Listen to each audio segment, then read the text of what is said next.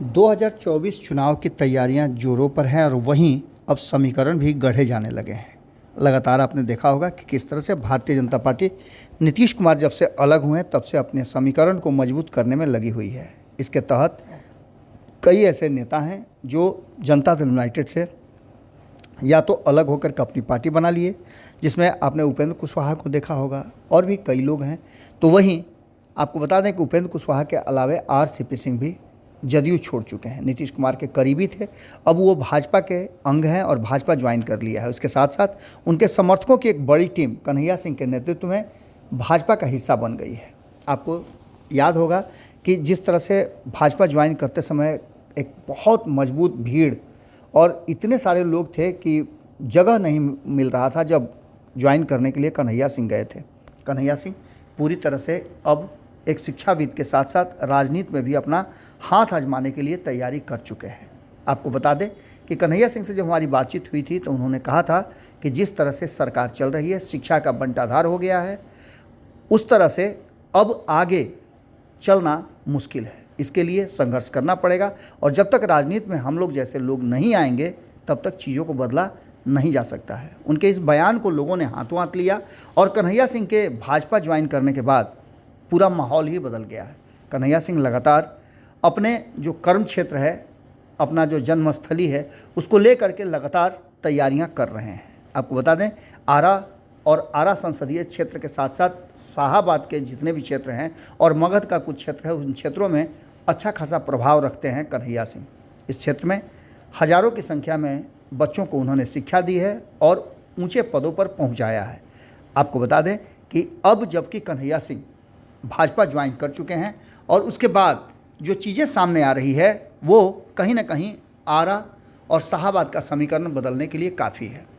जैसा कि आप सभी जानते हैं कि लगातार ये चर्चाएं हो रही हैं कि काराकट हो, आरा हो, बक्सर हो या शाहाबाद के और भी जो शाहाबाद और मगध से जुड़े हुए लोकसभा क्षेत्र हैं, उनमें इस बार नया परिवर्तन होने की बात कही जा रही है और उसी परिवर्तन के तहत कन्हैया सिंह ने उस समीकरण में अपनी एंट्री मार करके पूरा समीकरण को अपने पक्ष में कर लिया है।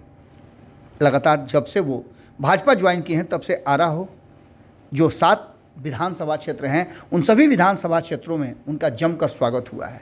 आरा, अगियाँव, बड़हरा, संदेश, तरारी, जगदीशपुर या शाहपुर, इन सभी में अलग अलग गाँव तक बुला करके और उन्हें सम्मानित किया जा रहा है। आपको बता दें कि जब से उन्होंने भाजपा ज्वाइन किया है उसके बाद से एक दिन भी ऐसा नहीं हुआ जब भोजपुर के लोगों के बुलावे पर वो भोजपुर शाहाबाद नहीं गए हों। प्रतिदिन उनका लोगों के बीच जाना और लोगों के स्वागत के साथ साथ उसे विनम्र होकर के लोगों का ये अभिवादन स्वीकार करना।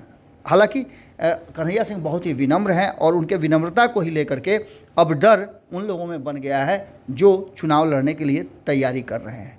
एक तरफ जहां जदयू से आई मीना सिंह, जिनका नाम चल रहा है कि वो आरा से चुनाव लड़ सकती हैं, तो वहीं आरके सिंह अभी वर्तमान में वहां के सांसद हैं। इसके अलावे हमने आपको बताया था कि कई राजपूत समाज के नेता हैं जो भारतीय जनता पार्टी में हैं, उनकी भी दावेदारी है।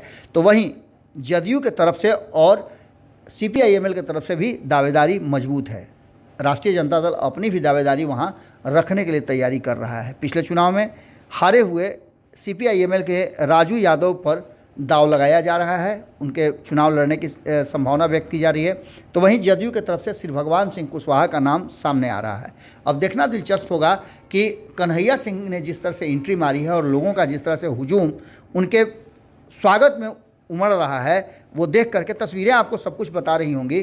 कहीं ना कहीं एक बड़ा समीकरण उन्होंने बदला है और आने वाले चुनाव में कन्हैया सिंह बहुत बड़ा चेंज ला सकते हैं। जुड़े रहिए भारत लाइव के साथ, खबरें लगातार जारी हैं। अगर ये वीडियो पसंद आई और वह बिहार के राजनीति और बिहारियत से सरोकार रखेनी तो सब्सक्राइब बटन दबा के चैनल के सब्सक्राइब कर ली। ओजे एगो घंटी बा, ओकरा बटन दबा देला से कुल सटीक और मारक खबर रुआ मुफ्त में मिल जाई। अगर रुआ पत्रकारिता के हमनी के नया प्रयोग में सहयोग कर चाहतानी तो ज्वाइन बटन दबा दी। पेटीएम नंबर नोट कर ली 9386816700। धन्यवाद।